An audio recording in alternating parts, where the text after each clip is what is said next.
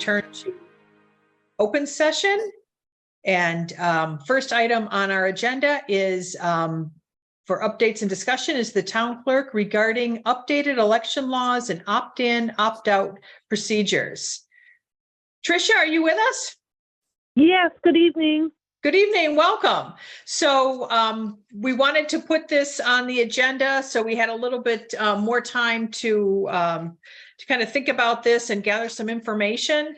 So is there anything that you wanted to share with us about this procedure or discussion? Well, it's new this year, so I think some of the information I had sent to Liz and John, because John had a few extra questions about it.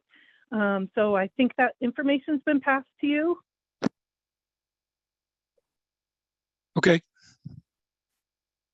All right, John or Mark, do you have questions for Tricia? Well, I do. I think I didn't see that information, whether it went out to you with the email I sent with the meeting information. Okay. Well, I must have missed it, but then just a few questions if I can. Tricia, do I understand we'll need a public hearing to make a decision on this? Only if you want to opt out of voting by mail. Okay. Otherwise, it's just a vote. If you're interested in seeing how the town participates in vote by mail with a local election, then you don't have to do anything. Okay. So and again, forgive me if I missed the document, but if we opt out, one reason to do that is we would save some money on mailings, printing. We'd probably save some work time. Are there other advantages of opting out? No, and I'm not even sure exactly what the increased savings would be as far as, like I said, it's been untested on what the participation would be for a local election. And I after discussing it a little bit with John, I don't think it would be a big burden for my office to have the vote by mail option. And do you, if you had your druthers, would you prefer strongly one way or other? I would prefer that election day was on election day. Just some of the changes that have been made, there's actual alterations that you make to the voting list on an ongoing basis when you're receiving these ballots in the mail. And then with the federal elections, when you were having people come in every day, 2 weeks before the election, you just are like constantly manipulating that list to make sure that you're getting everything recorded correctly. And when the mail comes in, you go right to the list because people are still coming in to vote. So I think it's, like I said, I would rather just have election day on election day rather than continuously for the month or couple weeks before the election, just because of that human error. Although I think we made a pretty good tight election in November and in September. But I do prefer that it wasn't drawn out as much as it was when the laws changed. So in essence, you'd prefer that we opt out of mail-in voting? No, on the contrary, I would like us to have the mail-in voting because I want to see how the town does participate in it on the local level. Okay. And as I understand it, if we were to opt out, that's something we would vote on each year. So this year could be considered essentially a trial to see how this goes. Exactly, Mark. Yep. Okay. Yep. Okay, good for me. Tricia, I've got a couple questions for you. So in the years that there's both, the numerous elections, would we have to vote opt in and opt out of each election cycle or each whatever the election was. So it's, the local elections and then the state or national elections. Would we have to opt in and out of every one of those elections? No. So the state controls the state elections, and even our town bylaws or any type of mass general laws that we adopt that have anything to do with voting will not apply to any federal elections. So it's just our local elections. They give towns and their government the ability to choose to have them the way that they want to. So it's Great, just thank for you. our local election. You're welcome. Perfect. I appreciate that clarification. So, Tricia, who would set the timeline for mail-in voting? Is that something the state would do, or is that something that we would do? That's something we would do. So we would have to wait until the last day to withdraw papers because you can't print the ballots until you give all the candidates that pulled papers and had their signatures certified. They get a little bit of a wiggle period of changing their mind and withdrawing their nomination papers and not being on the ballot. So that would be the absolute last day that I'd have to create a ballot. So that kind of sets the timeline for me, is we would be able to put the application for a mail-in ballot on our website. You can also get it from mass.gov, the state website. They have a version. And we could be collecting all those applications, but we'd have to wait until the ballot is printed, and then they get mailed out. So the preparation would be in place to be ready to do that, but we'd really have to give all the candidates the right to withdraw. So that is what the timeline is for me. Okay, that sounds good, Tricia. John or Mark, any other questions for Tricia? No, I support this. I think we should be doing it. The only reason I would be hesitant if there was going to be a substantial increased cost because of the registrars, but Tricia's indicated that's not a major concern, so I think we should go ahead. And I agree. I think how we vote is kind of in transition locally, nationally, and it feels like kind of an experiment along the way. But the more opportunity to get people to vote, particularly with voter turnout being so low, I think this is very good, and I'm all the more in favor of it if that's Tricia's preference. And the one thing is, I think we're going to maybe have to get the word out a little bit to citizens so they fully understand what's happening. But I'm actually enthusiastic to give this a try. Sounds like it might be a Saturday at the library for an upcoming segment. So, Tricia, what would you need our motion to sound like? You could just make the motion to participate in vote by mail for a local election.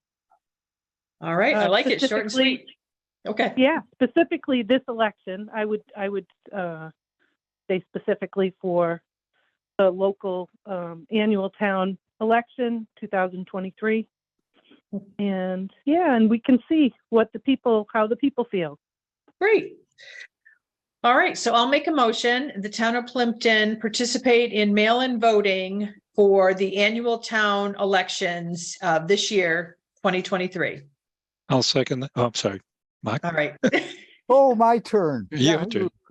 I second. Okay, all right, roll call vote. Mr. Trader? Yes. Mr. Russo? Yes. Mrs. Joy, yes. All right, thank you, Tricia. You're welcome. It'll be interesting to see. Hopefully, we get more votes or more people participating in the electoral process. Yeah. Very nice. All right, so Tricia, do you have anything else for us tonight? No, I just wanted to help if you had any questions. So Great. nope, that's great. That's All great. right. Well, thanks so much for joining us. Thank you. All right. Thank you, Tricia. Good night. All right. Next item on the agenda is the Deborah Sampson Forever Stamp Support and Information. And John, you're taking the lead on this one. Yes, I was approached by a resident as part of the genealogy club that indicated that the town of Sharon was going forward with a request to the Postal Service that there be a Deborah Sampson Forever stamp. So I contacted that person, Steve Conley. I think I've sent you information on it. Mm-hmm. And Liz put together a letter, which we all signed, supporting that. I've also talked to Kathy Lenatra. I've tried to reach Susan Moran, but quite frankly, her office doesn't seem to respond very quickly. I did ask Kathy if she would be willing to contact some of our state people, such as Governor Healy's office, Senator Markey, and Congressman Markey and Senator Warren. And she said she would try to reach out and see if they would support it. Deborah Sampson is the state heroine for, for serving in the revolution. So it's in process. We got the letter off. I did get a note from Steve Conley saying that the deadline has been extended now to roughly April, first week in April, I believe, the middle of April. So that gives us a little more time to get support for this. And I'm hopeful it'll go forward. I think it'd be a nice win for both towns. Yeah, definitely. So, John, ultimately, whose decision is it? To what? To create the stamp. It is, let me get the exact, it's the U.S. Postal Service out of Washington, D.C. And it takes apparently, it'll take well over a year for this to go through the process that they have and finally be approved. And I assume that's because they get a number of requests from across the country for different figures to be a stamp. This one makes sense for us. Yeah, the only little hitch in it, if there is a hitch, is Sharon has, I don't know if you took a look at the website I sent on the link Steve Conley had, but they spell it Samson, and they actually have a little blurb where it shows her signature that way. Ooh. Yet out of the gate, we've always spelt it Deborah Sampson with a P, and that's, going back to birth records. So, back then there was no, you could change your name any way you wanted. So if she didn't like the P, she was welcome to drop it. And then she became Garnett, so that kind of eliminated the issue. Took care of it. Took care of the problem. Yeah. So do you need anything more from us, John, to continue with this process? I don't think so at this point. I haven't seen anybody put up any roadblocks. So far, I think we're going ahead. It's just maybe the bureaucracy of moving it through the various offices of our state representatives. So we'll see. Great. Very good. So two minor points. One, thrilled to vote for support of gender equality, though I doubt very much that was the language that Deborah would have used. Also, just a note of interest, John may know more about this than I heard today that she recruited Paul Revere to write a letter to Washington to bring forth some of the changes that she advocated for. Yeah, it's very interesting. On the supporting document that Steve Conley sent me, there's a whole bunch of books. I mean, it's amazing the number of books that are written about Deborah Sampson. And in fact, there's one just out that I think, Mark, you may be referencing because there was a review and that was in the review. So it's, she's gaining a lot of attention. especially with this being International Women's Month. Yeah, timing is perfect. Timing's perfect. Yeah. How can you say no? Exactly. Thrilled Yeah. to have her represent the town. And to more people to be, recognized nationally, and it would probably increase awareness of all the amazing things that she did. So yeah, this is great. Great effort. All right. So next item on our agenda is remote meeting provisions, upcoming meetings. So John, did you want to take the lead on this, or Liz, you want to take the lead? I don't think I put this on, did I? Well, we put it on because the provision was for the remote meetings was ending, and then it was extended by the legislature. But Liz and I had talked about the possibility. You know what you wanted to do, like on how we want to proceed. Second part of the SLT hearing. I've been, pretty direct that I want to be back in person. I think there's a lot of people that would like to see us there. I think as far as people coming, we had a meeting to go over the pay-as-you-throw, and 60 people showed up.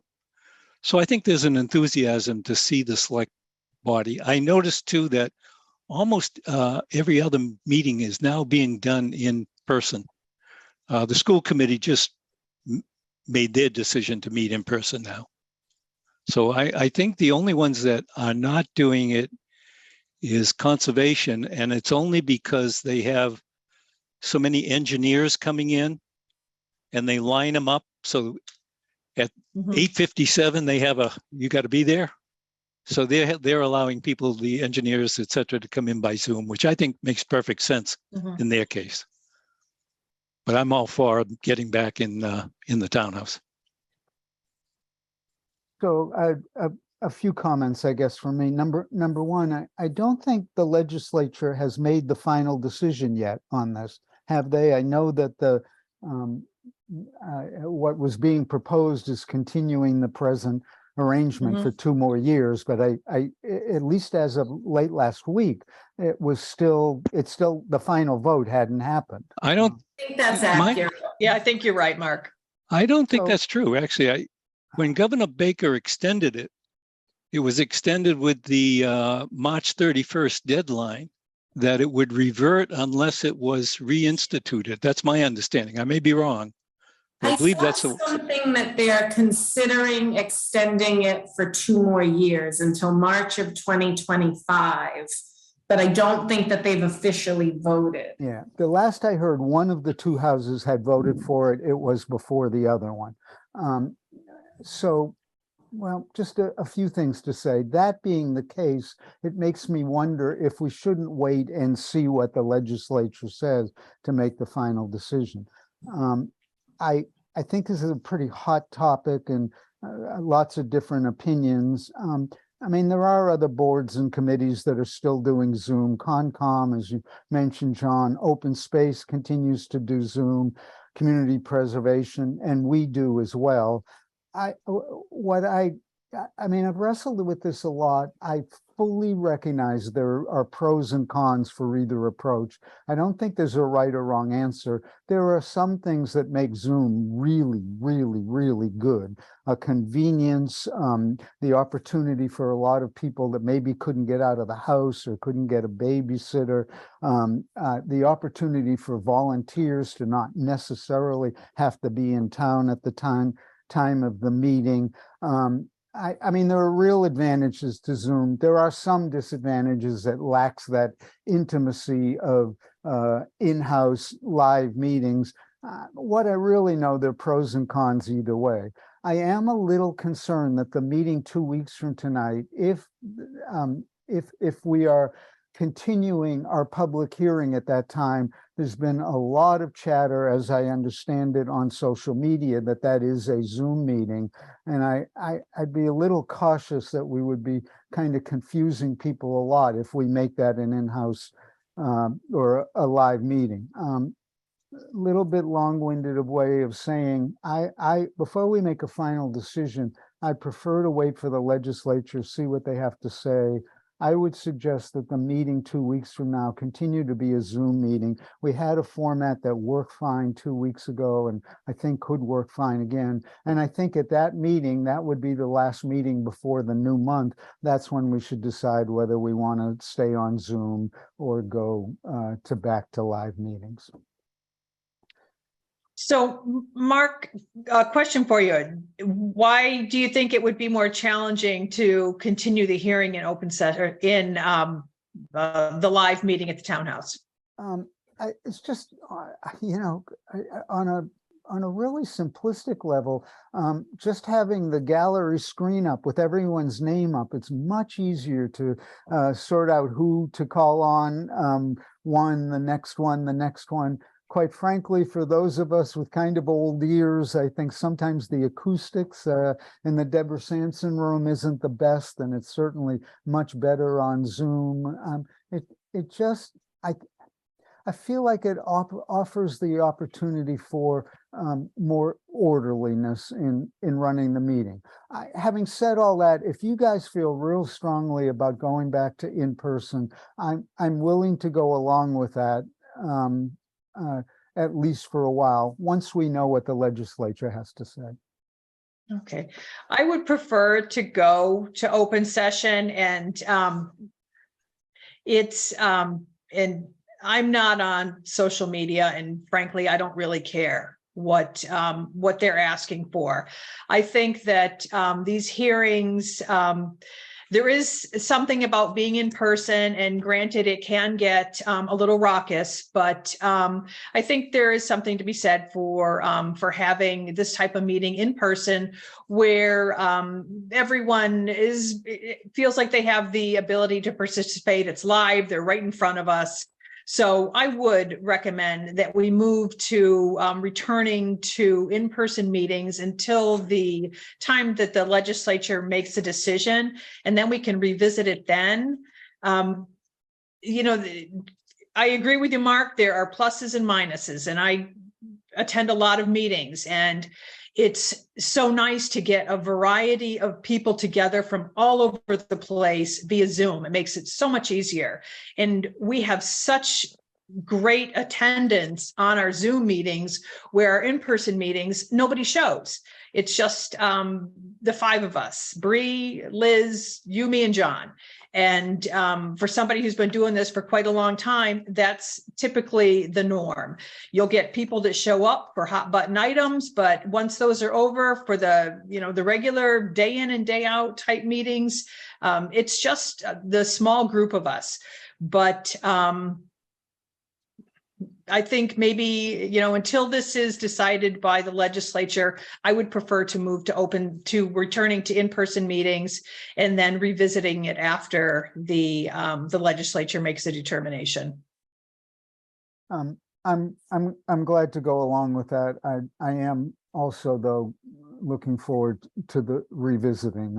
In the big scheme of things, albeit it's sometimes said totally fallaciously that the Board of Selectmen are hiding when they go into Zoom session. I think it's the exact reverse. I mean, we're here ready to go, or a phone call away, or a couple clicks of the computer away. In any event, I'm glad to go along with you guys. I think it is going to need to be something we keep looking at. Hybrid has the potential in the future to be the best of both worlds. Mm-hmm. But I know all too well hybrid in the boating world and the bicycle world and other worlds. Either you can get the best of both worlds or the worst of both worlds.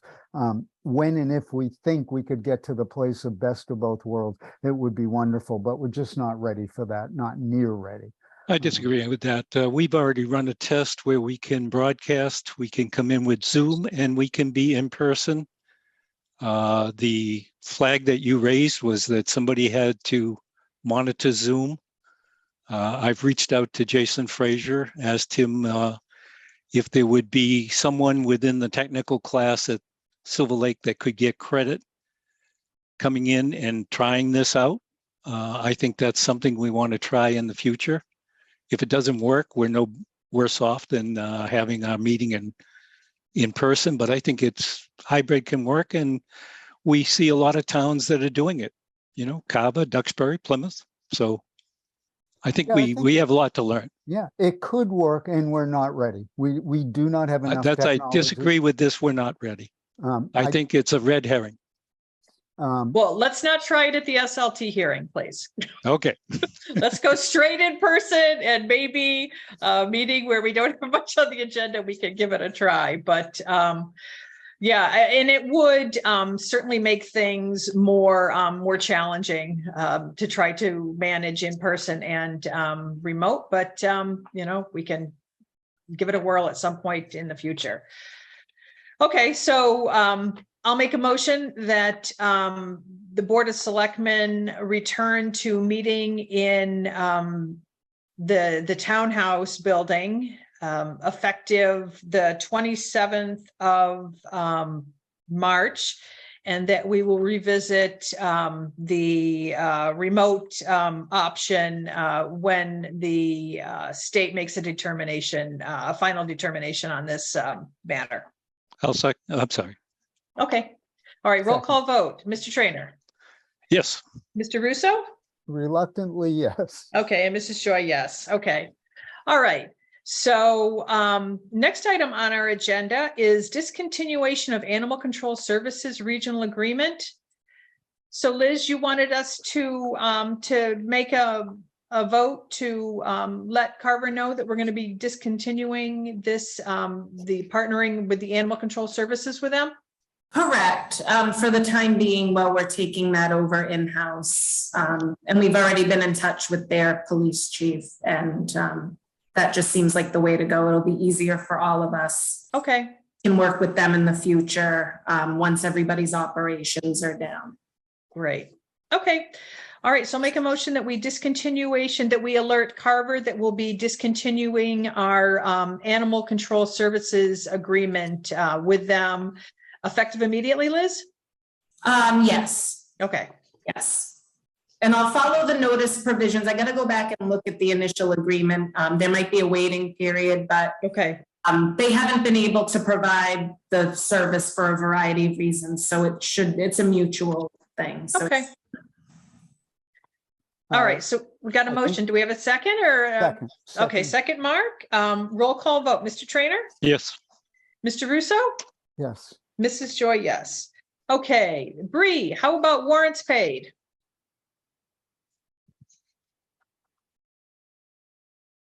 Can you hear me okay? Yep. Loud and clear. $19,656.01. Perfect. Thank you, Bree, very much. Thank you. Okay, Liz, do you have an update for us? yes. So we've been working through a variety of infrastructure and building issues. I have alerted the finance committee, but just currently for the board's knowledge, we're working through some pretty major septic system issues at the library. The library will be closed tomorrow, March 14th, so that they can finish some needed repairs, but it will be back open for business on Wednesday, as usual. We're working through some water issues at the townhouse and at the police station. And then we have our larger scale, more big picture items that we're working on as far as the well situation for the well in the townhouse that services our building, fire station and police station, as well as the campus septic system. So there are a lot of moving parts, a lot of things happening, but so far so good. We seem to have it under control, and the Board of Health has been very good to work with as far as helping us out with some of this stuff. So all seems to be going smoothly, and I will just thank Bridget as well as Steve Sorrow. Both of them put in a tremendous amount of time over the last few days trying to navigate some of these issues, as well as us simply needing somebody to be present on Friday late in the day and on Saturday for these vendors to come and help us out. And Bridget and Steve rose to the occasion, so kudos to them. Great. Thank you, Bree, for doing that. And then we do have, in correspondence, we have the, I believe it's called Harbor to the Bay bike ride. Is that correct, Bree?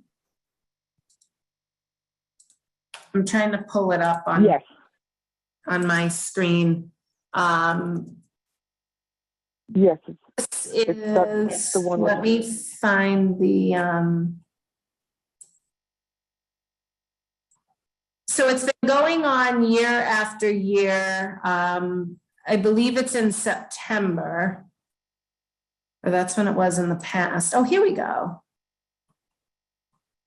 No, I'm not finding the right one. Yeah, this sounds new to me. I don't remember No, that one has been definitely done in Plympton. the Yeah, Harbor we- to the Bike. Yeah, Bay? we've done that one. Huh, Yeah, I'm okay. just trying to It's Harbor to the Bay. Yeah. Yes, It's I'm Harbor just to the trying Bay. to find the most up to date. I just sent it again last week, and I believe Chief Silva responded to it. Let me see here. I believe it was, I did it again on, All I have here is you asking for it to be added to the agenda, but I know you sent something else and it's just not. Bree, do you know And this is- what month it was? Do you remember? so this is going to be, I want to have my computer on. This is going to be their final race as well. I Okay. believe it's the Harbor to the Bay, and this one, it was August. Okay, August. You can't see that? I can resend it if you want to. And I mean, I could wait to vote. all the department heads, all of the department heads signed off, like they've already all responded. Okay, they've all approved it already? There, let me see, is it here? Oh, wait a minute.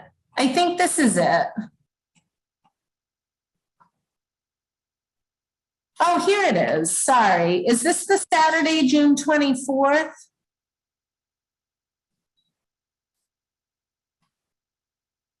I'm pulling it up on my email too, Liz, so hold on a minute. Okay. But anyhow, that is in correspondence, and police chief, fire chief, highway superintendent have all signed off on it. So it would just be awaiting your approval. I know we did the same, we allowed the same one in 2021. I'm not finding anything on it from 2022. Okay. Did have them in town in 2021 in September. Was this just a one day? Hmm. One day Yes. event, Yes. like on a Saturday or a Sunday? I believe it's Saturday. I'm Okay, looking it up. Saturday. I Okay, mean, we could wait. If it's not for a while, why don't we just hold it until the next meeting and we can send the form around, Bree? perfect. That sounds great. Okay, I think so that let's makes. just hold that one Okay. for next time. All right, so next item, we've got a couple of sets of minutes. We've got February 27th and March 4th. Mark and John, did you guys both get a chance? I think, Mark, you did one of the sets of minutes, and then Bree did, I believe, the 227. Yeah, I did the March 4th, and Mhm. I'm okay on that. I have a couple very minor typos in the February 27th in the public hearing. It's merely punctuation. Okay. John, did you get a chance to read both the sets of minutes? I just watched all the edits going back and forth and thought that was great. Okay. All right. So I'll make a motion that we accept the minutes from 227 with Mark's punctuation amendment and the minutes from 3-4 as written. Second, Okay, roll call vote. Mr. Trainer, Yes. Mr. Russo, yes. Mrs. Joy, yes. Okay. All right. Mr. Burke, were you on the call to, did you have something you wanted to share with us?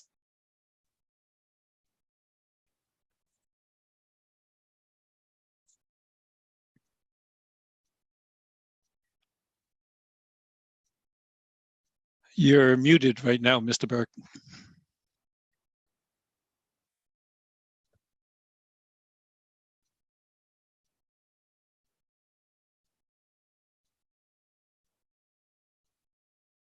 While we're waiting for him, I would like to send a reminder out that I need everybody's annual, their reports for the annual town report.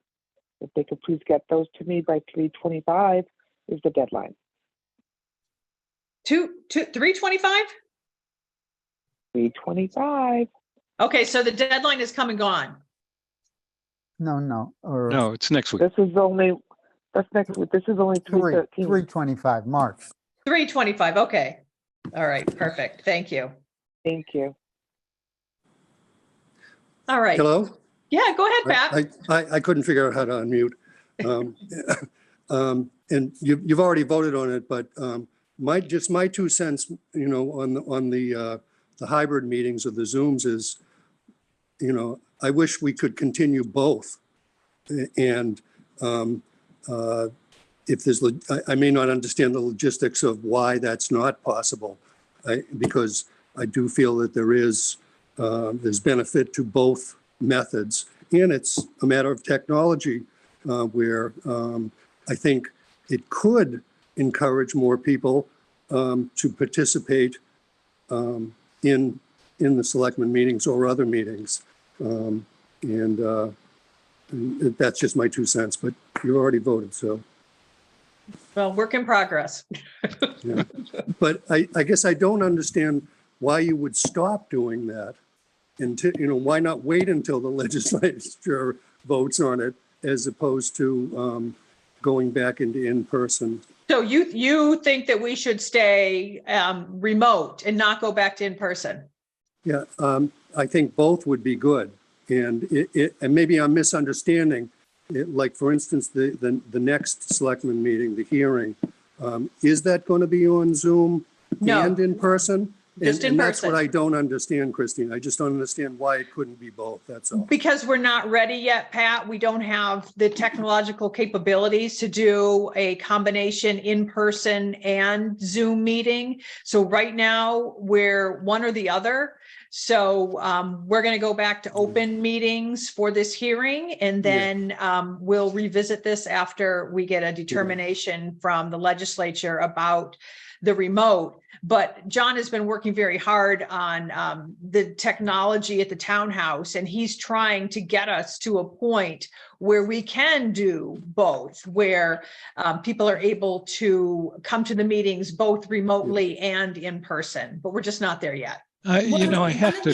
Oh, sorry. Go ahead, John. I just have to say, I don't agree with that. We have run the test and it works. The issue that keeps, we ran the, you were on the test, Liz.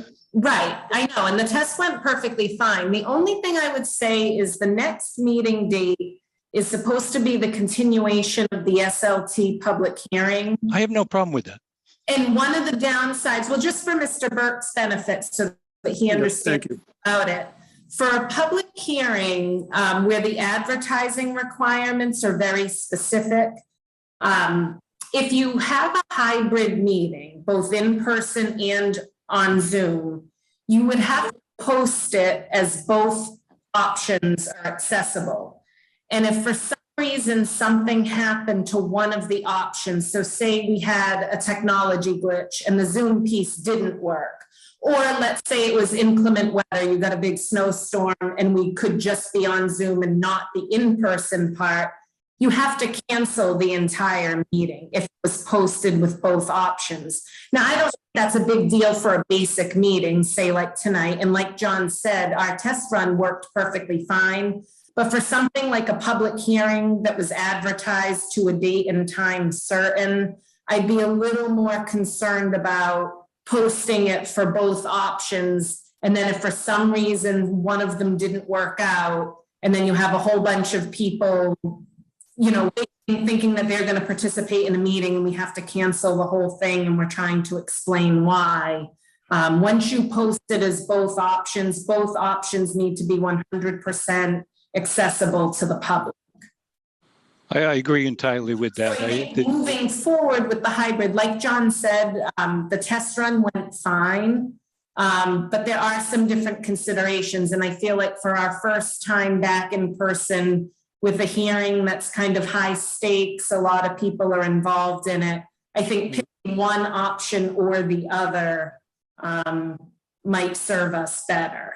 Yeah, and I think we made the decision. I think, quite frankly, going forward, what we might want to do is have a open meeting on, say, a Saturday, where we just get together and try this, test it ourselves, and so that you feel comfortable that you know how it works, and that you can see and touch and feel and kick the tires, and you know, and not have a whole other agenda around it. It would, in effect, just be a workshop. You could also try it out with some of our regular meetings and just not on the meeting posting, not put the Zoom part, but you could share it on social media or whatever and say, hey, we're testing this out. But if you definitely want to access the proceedings, like on the meeting notice, we would just put that it's in person, but nothing's stopping somebody from live recording a meeting. As long as the chair announces that the meeting's being recorded in accordance with open meeting law, nothing would stop us from testing things during our meeting. But if it's part of the actual agenda and meeting posting, it needs to work right. Okay, a lot of good information. During a regular meeting, if the Zoom fails, you don't stop the meeting. Right, because we would be posted legally or just in person. So that's just like a no, even if you post Zoom and in person. The latest iteration that I read was if for technology reason it fails, you can still have your meeting go forward in person. Okay, see, that's what I'm not clear on. I received something that differed from that from council, but we can figure all that out. I think we've got time. Fine. Yeah. And because this isn't a, this is a continuation, this doesn't have to be reposted. That's correct, Liz, so that we're able to either hold it via Zoom or in person, however the board is choosing to meet. Yeah. So we'll certainly just, a public hearing has a whole different set of criteria, and I agree entirely with Liz. Yeah, and Mark did such a nice job managing the hearing at our last meeting, and I'm sure he'll handle the continuation just as well. We can hope. Oh, I'm sure, no doubt. All right, so we have, so our next meeting will be in person on 3/27, and that will be the continuation of the SLT hearing, and I'm not sure what else we have on our agenda at this point for the 27th as well. And then we will be scheduled to meet on April 10th, and those are our two upcoming meetings. So now, before we adjourn, we've got the Selectmen's raves. So John or Mark, do you want to go first? Go ahead, Bree. Yeah, go ahead, Bree. I do have that information for the bike ride. I'd just like to get that over with. And it is in September on the 23rd, and it is Harbor to the Bay. I thought it was August 23rd, but it's September 23rd. It's Harbor to the Bay. It's their final bike ride, which will be their 21st. They have been coming through town every year, and they will be coming through between the hours of 7:30 a.m. and 10 a.m. Starts in Boston and ends down the Cape. What roads, everybody Bree? has. It'll be Spring Street, Mayflower Road, Brook Street, and Spring, and then on to High Street in Kingston. Okay. Yeah, they usually have a water stop set up along there. You'll see them in there. You little yellow table. jackets. Yeah. All right. John and Mark, do you feel comfortable voting on this tonight? Sure. Glad to do it pending authorization from other boards, commissions, committees, et cetera, that need to do so. Okay. I believe according to Liz, everybody had signed off on this except for us. Okay. That we were the ones kind of holding this one up. So I'll make a motion that we authorize the Harbor to the Bay, their final bike ride, September 23rd. They'll be in the town of Plympton from 7:30 till 10 and on traveling Mayflower, Brook Street and Spring Street. Second. All right, roll call vote. Mr. Trainer. Yes. Mr. Russo. Yes. Mrs. Joy, yes. Okay. All right, on to raves. So I have a rave.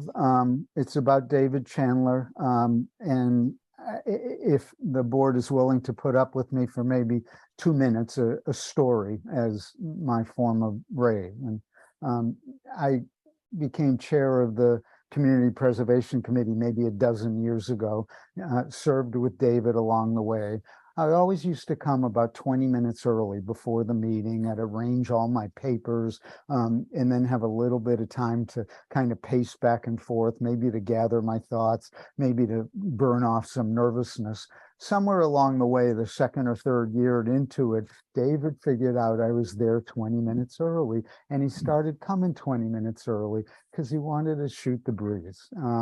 And we'd end up talking about Federal Reserve banking policy, inverted yield curves, World Bank politics. And there was a little time left, a little bit about chainsaw maintenance and brands along the way. And initially it's kind of irritating. I needed those 20 minutes to arrange my papers and to do my pacing back and forth until I realized all I had to do was come 40 minutes early and I'd have 20 minutes for my own thing and then 20 minutes with David. When David left the Community Preservation Committee 2 years or so ago, as his health began to fail a little, what I came to recognize is that spending 20 minutes with David was kind of the perfect preparation to go into a political meeting. That somehow out of spending 20 minutes with that guy, I felt a little more thoughtful, a little more earnest, and maybe just a little gentler. So time really well spent with a really sweet, thoughtful, gentle man. And I miss him on any number of levels, and not the least of which in preparing me for CPC meeting. So we miss you, David, and think about you a lot. Yeah, I'll follow up a little bit on that because he was, I think the right word, like Mike said, he was a real gentleman. We lost a good man. I would like to give a shout out to the police on short notice. They had Gary Burlow was at the wake, he at the door the whole time there, and then we had 2 officers at the funeral. And Honor Chandler was very pleased that, as was the rest of the family, Carolyn, David, and Elliot. So sorry to see somebody like David pass. I got a couple of other things. One is 60 people showed up for the trash meeting, and it seemed to go. We didn't get in a fist fight, so I think we're okay. We're going to run it again next Saturday, or this Saturday, I should say. And that announcement is up on Plympton, Helton Plympton, Friends of Dennett, and also in an email, and Liz is putting it up on the town website. So. Thank you, John, for doing that. Oh, sure. One other thing is that the Recreation Committee is back and active. We have a full board. Liz has been working with them on some earmark money that's actually there that they can start, and they've got a wish list that goes out for about 5 years. So I think we're going to see some good things coming. And they tell me, you know, I remember when we were sending our softball kids over to Halifax because we couldn't have enough kids for a team. This year, they're going to have 4 Plympton teams. So that really shows great interest in the sport and that they're working to make this happen. My rave would be this kind of a little bit of an infomercial. Just that, thank you to Bree and to Steve for their work this weekend, but we are really starting to have some pretty major infrastructure issues in this town, in the town buildings. And not sure how much longer we're going to be able to put Band-Aids, and we may have some large expenses coming our way. And I think that, it's just the reality of it is we can't just continue as is, because we're having some pretty major failures of septic and water, and these are going to have to be addressed. And nobody wants to spend the money on these type of projects, but I think the reality of it is that we're going to have to. That every year it's just going to become more and more expensive, and the time for Band-Aids have come and gone. And I think that we're going to have to start getting serious looking at these. And I know the Town Properties Committee is well aware of this, and they're working on it. And these aren't small ticket items. Unfortunately, these are big ticket items. They're going to cost the town quite a bit of money, but I think push has finally come to shove, and we're going to have to start biting the bullet and doing what we need to do if we're going to continue to operate out of these buildings. And then my second one is just that it's following Dave Chandler and the passing of Polly. It's just they leave a void in the town. These people who have lived their entire lives here, who have they're part of the fabric of Plympton. And it's very sad that they're gone. So they will be missed. One thing, Christine, I think we should get the Town Properties Committee on the agenda, because there has been a lot of work done. And I think it's time for an update to let you know how it's proceeding. Great. Maybe we could do the meeting following, like maybe 4:03 or 4:10. Yeah. Let me coordinate with Liz. Yeah, coordinate with Liz and John Williamson. It's really his schedule that sort of dictates the meeting. All right, that sounds great. I'd really look forward to that at this point. Yeah, yeah, we need to do it. And I increasingly, I think the need, well, this is for discussion then, but coordination between that committee, between finance, between us. So we got some master planning to do and big decisions. All right, so that's all we've got for tonight. So I'll make a motion that we adjourn. Do we have a second? Second. All right, roll call vote. Mr. Russo? Yes. Mr. Trainer? Yes. Mrs. Joy, yes. All right, so we'll see you in a couple weeks. Good night.